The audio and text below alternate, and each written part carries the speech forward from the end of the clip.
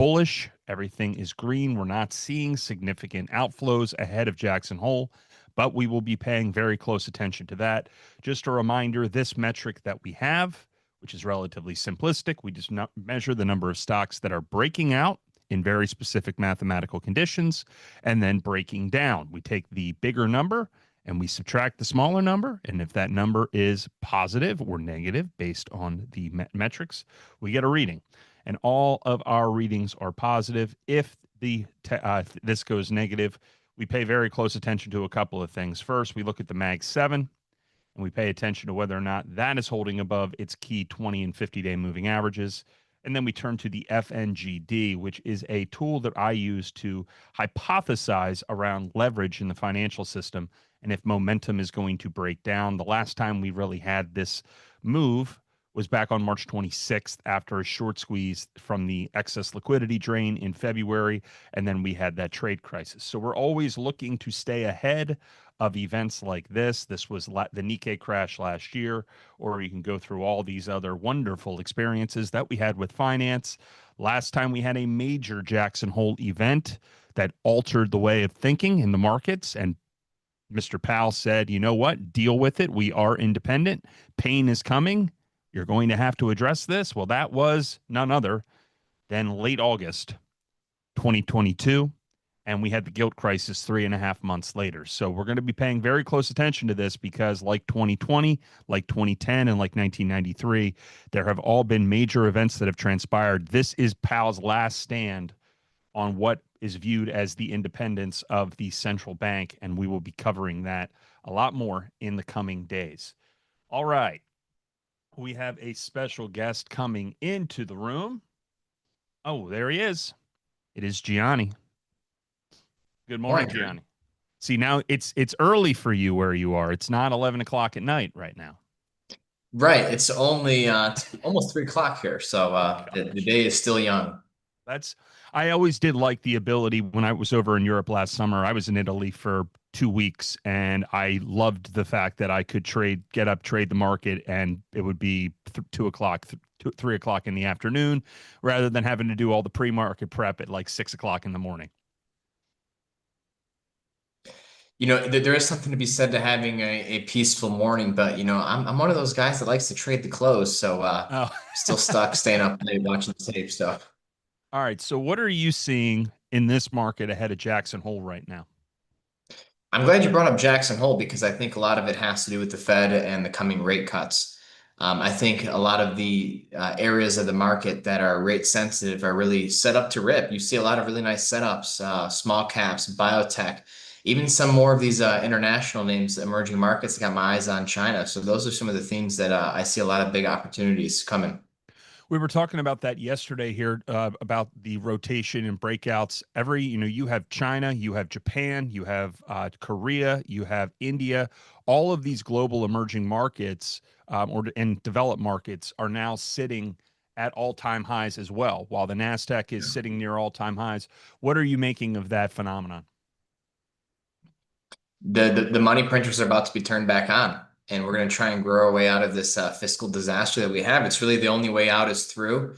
And then I think what we're shaping up for is it's going to be hard to tell the difference between inflation and growth. Is the price of everything growing up because of inflation, or is it going up because the economy is growing? It's going to become pretty blurry. You just mentioned a second ago that you saw a lot of opportunity in rate sensitive. We have a lot of consumer companies that are going to be consumer cyclicals that are reporting earnings this week. Home Depot, Target, obviously Walmart will be on Thursday. What is your expectation for them, and where do you kind of anticipate that signaling toward the Fed on the health of the U.S. consumer? Well, you know, Home Depot is one I like to keep a close eye on, especially, you know, America likes to do home improvement stuff. Target, they've had some management issues over the last several years. My wife actually used to work at Target. She worked there for like 5 or 6 years. She was we were fortunate to get her out of that place in 2022. But Target, I'm not really a big fan of. They got some issues that I'm pretty aware of from the inside, and you can see it reflected in their stock price. It's just been absolutely mismanaged over the last few years. Walmart, you know, a good bellwether for the consumer as well. It really is one of those interesting companies because it falls into the category of things that people need to buy, groceries, toiletries, they get big discounts at Walmart for shopping there. And but at the same time, like the strength of its sales growth and the earnings growth it's displayed over the last few years, it's not trading so much like a consumer staple stock. It's trading like an actual discretionary stock. So yeah, I mean, I care more about Home Depot and Walmart in that regard compared to Target. Last time that you and I really had a deep conversation in the morning, you were talking about a melt up in the markets going back into June. And at the time, we were still coming out of that period of April where there was a lot of indecisiveness about where this market would move. I had said, momentum had turned positive for us back in April. As you projected, all of these things were happening at the same time. Funds were under allocated to equities, and then all of a sudden you just saw this absolute run combination of geopolitics, what the Trump administration was doing. Kind of look back over the last 60 days, and you could take a little bit of a victory lap, but really at the end of the day, give us the archaeology of that call. Well, a lot of it just has to do with market history. You really get what, like 1 to 2 10% pullbacks per year on average in the market. And then, we had a 20% drop back into that April low. So I'm all about the odds. I'm all about the probabilities. There was fear in the air, people concerned about an economic slowdown. And that was one of the moments where you just have to have the courage to double down, buy where there's blood in the streets. We had that. And, I think we hit a big reset button. We were calling it the Great Tech Reset. Technology is absolutely dominated out of that low. That's exactly what we wanted to see. That's exactly what you see in the early stages of a new bull market. And not to mention, I don't even think that's the biggest story. The biggest story, Garrett, has been Ethereum, which we were all over in the mid part of April, and now we see everything that's happening. And I know you've been talking, you have BTB up to BTBT up there. You've been talking a lot about that too. But when we first started looking at these crypto names and Ethereum, we didn't know all this stuff was happening. We Right. were just looking at the price action and the setup and just the momentum, the way it was shaping up. And this is why I always like to say, sentiment follows price. You don't need to wait for the catalyst. You need to wait for the setup. You take advantage of the setup. The catalyst often comes after. You have to be positioned ahead of time, and there's ways that we go about doing that. All right. And now this week you're going to be talking about the hot hands and what you've been trading with freeze points. Give us the 30,000 foot view of what your conversations are going to be about with that this week. Freeze points. So stocks have a tendency to freeze in time, for lack of a better word, and they spend time doing nothing. And it can be frustrating for a lot of traders. It can be frustrating for people that aren't intimately familiar with how the price action works. But these freeze points, when they crack, when the freeze points crack, that's when the move starts. So we have a way to identify these freeze points. We know how to be patient, and we know when. It's not so much what or why to buy something, it's when to buy something. You want to outperform, you want to have, you want to get the big winners before you start getting all these bullish catalysts. It all comes down to the freeze point. And so it's a matter of when, and recognizing when the crack emerges. And we just recently had one of these with Reddit, which we're talking about in the chat briefly. I mean, you could just see the stock going from 150 up to 240 in very quick time. What is it about? What was it about Reddit that made such an opportunity for traders? Well, you had a freeze point set up there in July. You actually had a couple. You had one in early June, and then you had another one in July. And it's just a matter of spotting those setups and knowing how to react, and more importantly, when to react. So again, as soon as the crack emerges, there's really not a lot of time that you have before you have to act. And so, hesitation is death by 1,000 cuts in this business. So you just have to go through the motions. And a lot of times it's not popular. A lot of times you're going to feel lonely. A lot of times you're going to be ostracized and the media is going to make fun of you. But, that's okay with their track record. I'm okay being made fun of by them. When you look back at when you first started learning about trading momentum, and you're a fabulous momentum trader, what was the first thing that you learned about your temptation to chase versus, waiting for the technical setup to apply so that, your thesis would play through. I learned to be at peace with missing an opportunity because there's always going to be another one. So I don't fall in love with a particular name or a particular stock or a particular theme. I'm in love with the setup. I'm in love with the freeze point methodology. And really, they're just numbers and letters on a screen to me. I care about the chart and I care about the fact that there's always going to be another one out there. So if you miss one trade, it's okay. I'm not here to risk my money unreasonably. Everything involves risk, right? But Absolutely. yeah, there's always another one coming. And so once you have the toolkit to spot when they're coming, I think it gives you the peace of mind to act in a calm, cool, and collected manner. And looking across, we're looking at all the different stocks. One of the stocks that's on our list today, you already capitalized on a 33% gain. You have 41% on cores. Robinhood, 43%. Robinhood, 66%. Riot, 33%. Palantir, another 36%. So everybody, look, he's 4x the S&P in the past 12 months. And tomorrow at 2 o'clock, he's going to be sharing his secrets on this. Wednesday, August 20th at 2 p.m. Do me a favor, click the link, put your name in, your email, put your number in. The freeze point setup will tell you, is what tells him with ice cold precision exactly when the big move is about to start. And if you want a ringside seat tomorrow, again, click the link, enter the info, and make sure you are there on time. G, I'll give you the last word before we wrap it up. Get ready to buy the dip. Generational buying opportunity. Yeah, exactly. Generational buying opportunity. All right, awesome. Well, again, everybody, tomorrow, August 20th at 2 p.m., click the link, sign up, and Gianni, we will see you tomorrow. Hope you have a great day. Thanks, Garrett. See you soon.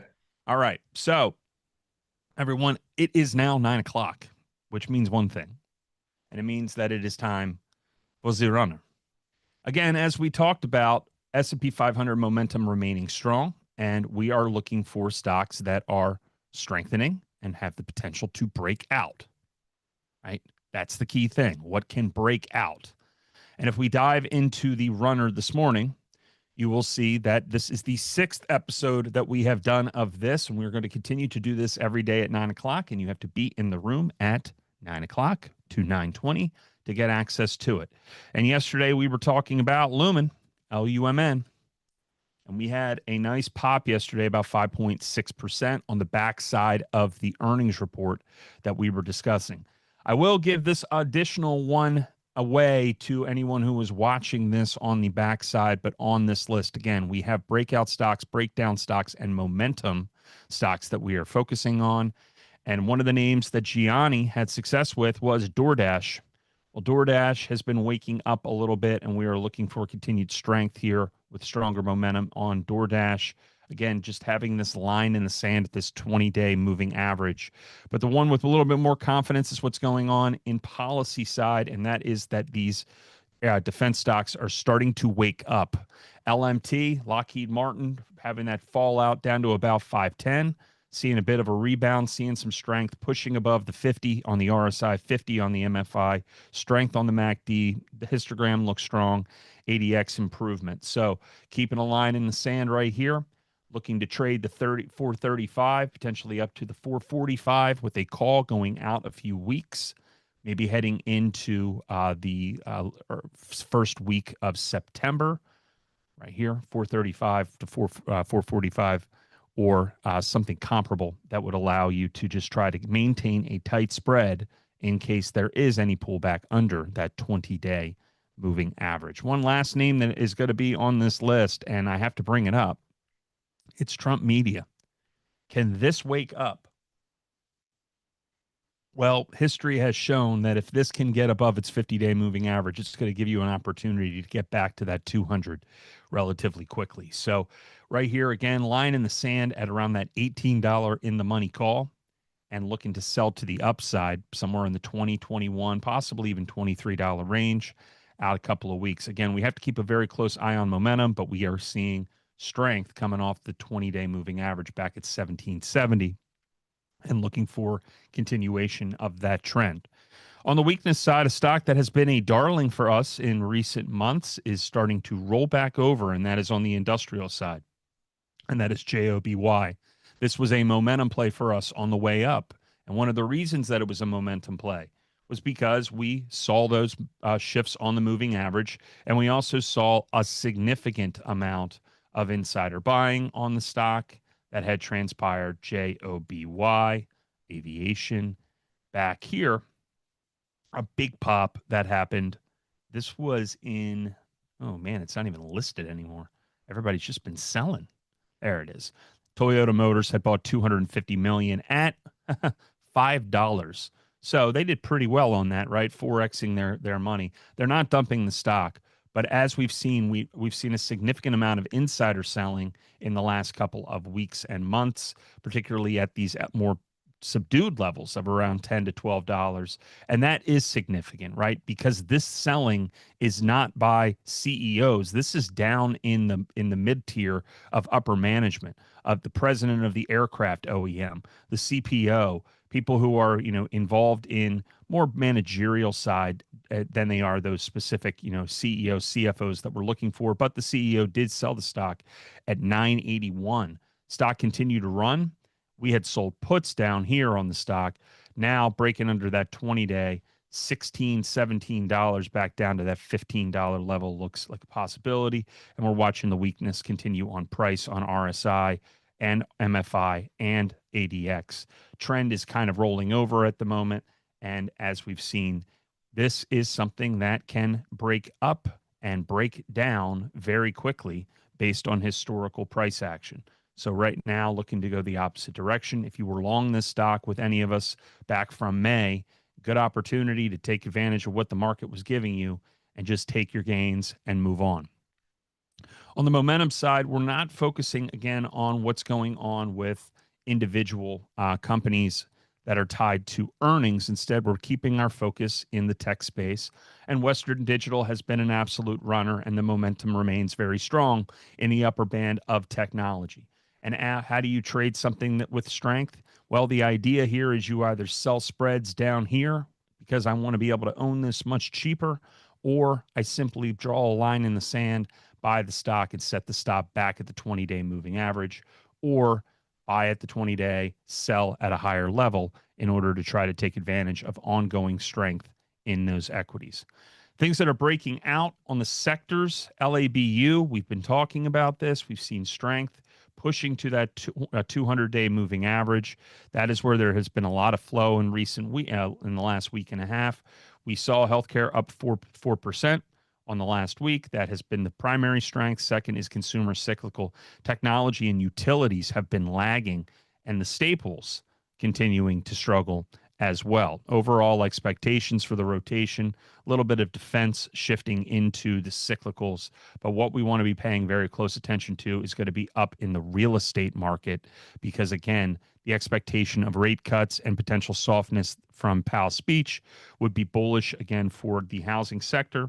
We saw the 13Ds and 13Fs holding a lot of housing stocks, even Buffett last week with Lennar. So once again, the overall, you're seeing a lot of these people moving into homes, and HHH, Howard Hughes, is getting a bit as well, which had been that heavily Bill Ackman-backed position for years and years, bid as the expectations for rate cuts head into Jackson Hole. Two more things just to keep a close eye on. Scorpio tankers. Again, these have been stealthily moving higher over the last couple of months. This is energy midstream tankers, and it really has not much to do with the geopolitical stories that we had been hearing in the past with what was happening in the Suez Canal or happening, with Russia and tankers. This has just been slow, quiet value buying. If anything, this is still trading under its book value. It's still kicking off about 3.6% or 3.4% in yield, and we're holding above that 20-day or 200-day moving average at the moment. STNG is an interesting stock to buy and hold. There is solid momentum at the moment. Shipping strength has continued to improve, coming off that low all the way back here at 31. boy, that's frustrating not to be able to get in at that level. But so long as you are following the continuation, and this seems to be in a reversal pattern coming out of that low, looking for continued strength over time in the shipping sectors in oil and mid and gas midstream, and making sure that if you're trading it or buying into it, remember, just use these key moving averages as points of strength in order to support your positions. If you're using, traditional brokerages, it's not going to cost you anything to buy or sell anything. Really, what you're focusing on is managing the position and focusing on ensuring that you are keeping the yield and utilizing any cash that is kicked off from these midstream companies to use in order to trade. Last thing is Uranium Royalty Corp. And I didn't even know what this was, but there is continued focus again on these royalty stream companies. I did a deep dive into this yesterday, talking about the gold royalty companies, and it makes for an interesting and compelling story for some of these names. This has some pretty solid momentum here. Looking at the MFI continuing to push back toward that 50 level. MACD histogram looks like it's about to flip. ADX with the positive D1, and the RSI pushing up towards 60. Not really projecting that something's going to go up to $5, but a retest of that 320 and possibly a move to 340 is definitely within the cards. There seems to be something brewing in the uranium space. I'm not necessarily sure what that is, but there has been a lot more focus on this as energy transition themes continue to surface over recent days. It's been a strong couple of days in the solar patch. That's largely been a surprise. A company that I had largely been fading and avoiding was Enphase, which had that move back up. But I do want to point Enphase out real quick. This has traditionally, for months and months and months, hit its 50-day moving average, rolled over, popped back up to the 50, rolled over, popped back up to the 50, rolled over and over again. Lower highs, lower lows. What just happened? Same thing. A move up to 38, and now possibility of pushing back down here and into that channel would be somewhere in that $25 to $26 level. So a short on Enphase is in the cards as well. Until this can break back above its 50-day moving average, I'm not touching it. I have to wait and wait and wait, and that's exactly what we were doing with these shipping stocks, looking for consistency in the momentum to the upside, and the same on the downside. Okay. Oh, the charts weren't on? Oh, God. Yikes. I'm sorry, because I'm not looking at the chat while I'm talking. Welp, we can do it again. We got 10 minutes. Shit. That's on me. Do it again. I don't care. Sorry. Dash. Let's do the abridged version, the 5-minute version. Dash, continuing strength, 20-day moving average. Push higher. Because I'm reading the runner as I'm talking. I'm not looking at the chat. New lesson learned. New achievement unlocked. Not good. All right. Dash. Strength, strength, weakness, strength. Looking for continuation on Dash. LMT.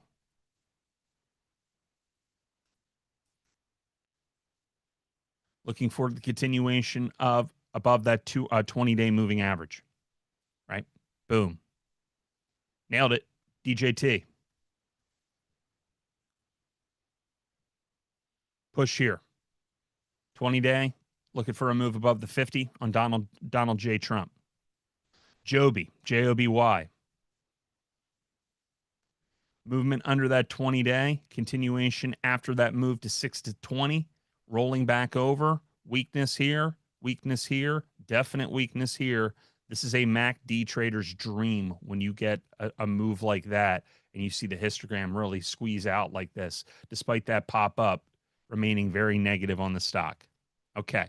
Then I talked about WDC. We're going to make sure that we cover all of this. Strength momentum to the upside, 20-day moving average, 74. That's your line in the sand. Looking just continued smooth momentum on these names, ignoring what's going on with the RSI and allowing these stocks just to maintain very tight stops. LABU has been rolling over. We're going to pay very close attention to whether or not the biotech stocks can get back above their 200-day moving average. There is weakness, as we've said, in the group side.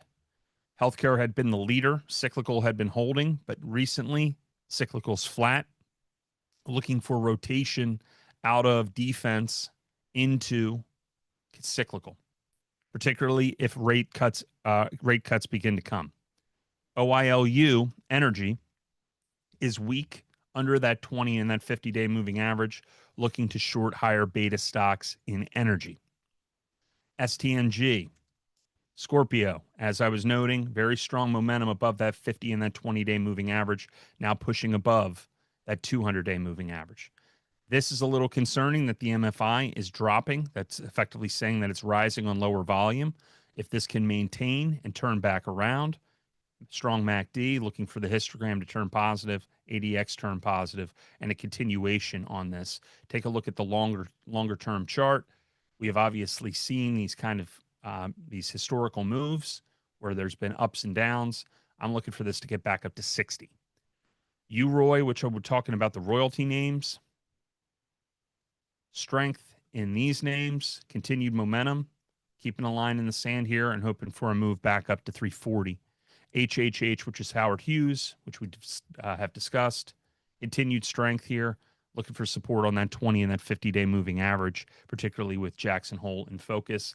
It's going to have to break above that $75 level. Okay? Sorry about that.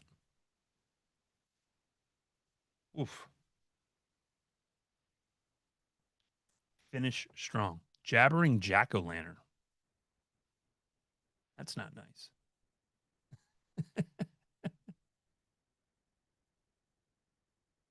Thanks, Mark. I appreciate it.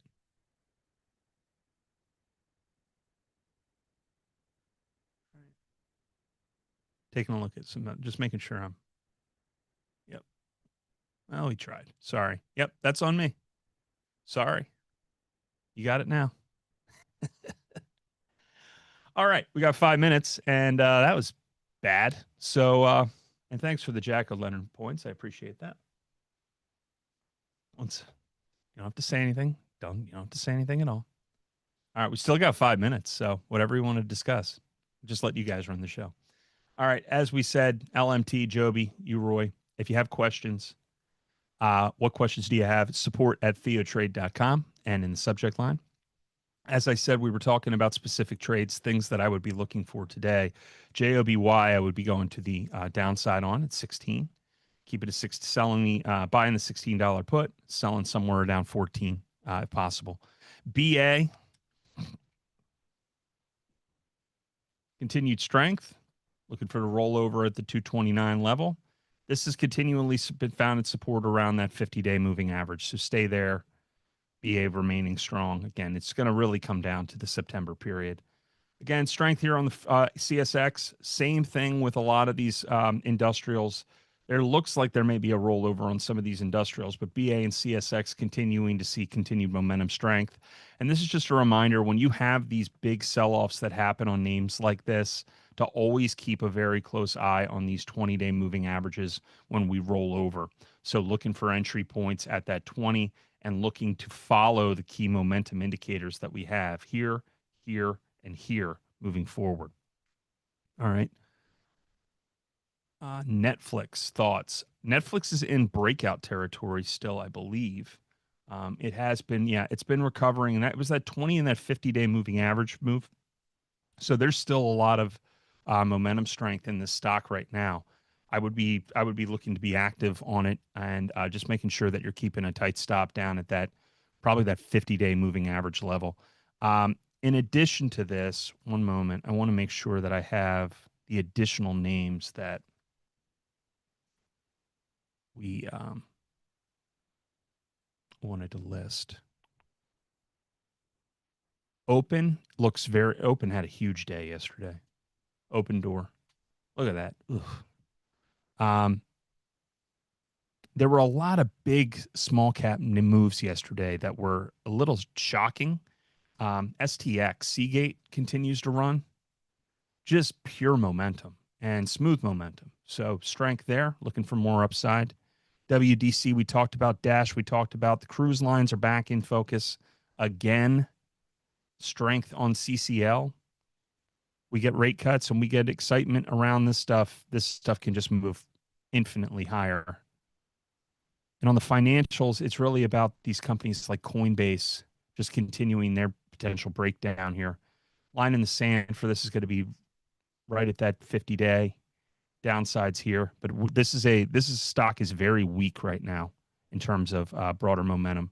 Sector wide, energy is recovering, technology is recovering, and the Russell has really recovered in the last week and a half, which is good because we don't want markets to fall. All right.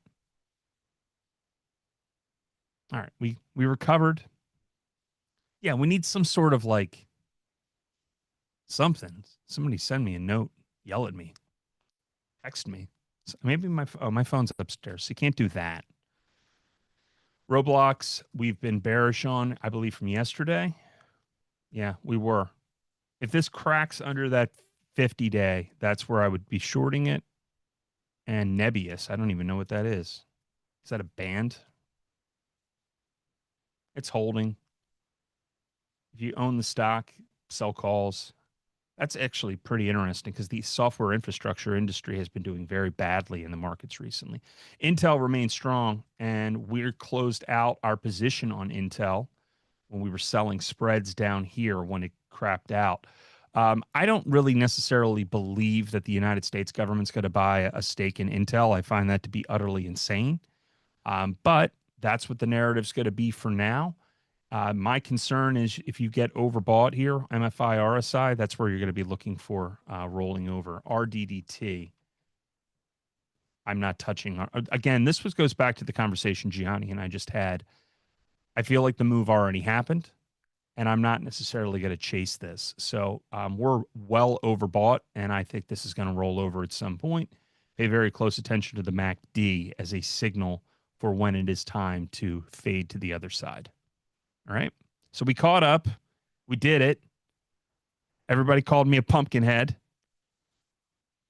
Don't worry. I'll remember.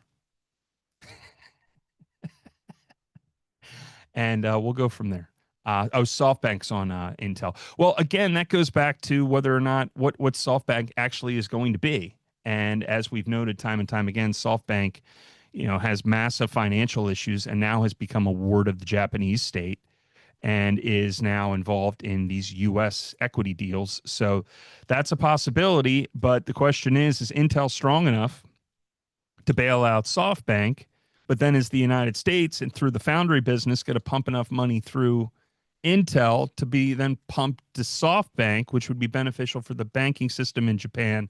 Isn't finance great? This is exactly how it all works. Berkshire B shares, as I say, don't ever let them go. The one stock that I buy for my daughter every single year, and I will not dump it no matter what. And I like the fact that it is coming back here. This is not something to trade. And if you must buy it on the cheap because, again, Stu is a closed-end fund that owns 37% of its shares are Class A, 20-some% are Class B, and then the rest of it is Buffett's portfolio.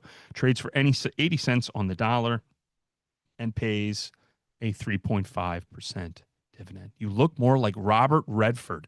See, now that guy, Howard knows what's up, okay? I'll take that. Now all I need is Glenn Close and just start knocking the ball out of the stadium. All right, I got to wrap it up. Don is coming up right now. He's going to give me a bunch of crap for not showing the charts. We'll do a better job. I'm going to have to put a note right there, right on the camera and say, "Hey, dum-dum, did you leave the charts on today?" Any other questions? Support at TheoTrade.com. Again, put Garrett in the headline, and we'll do better because that's what life is. Once constantly making up for previous mistakes. Hope you have a great day. Talk to you soon.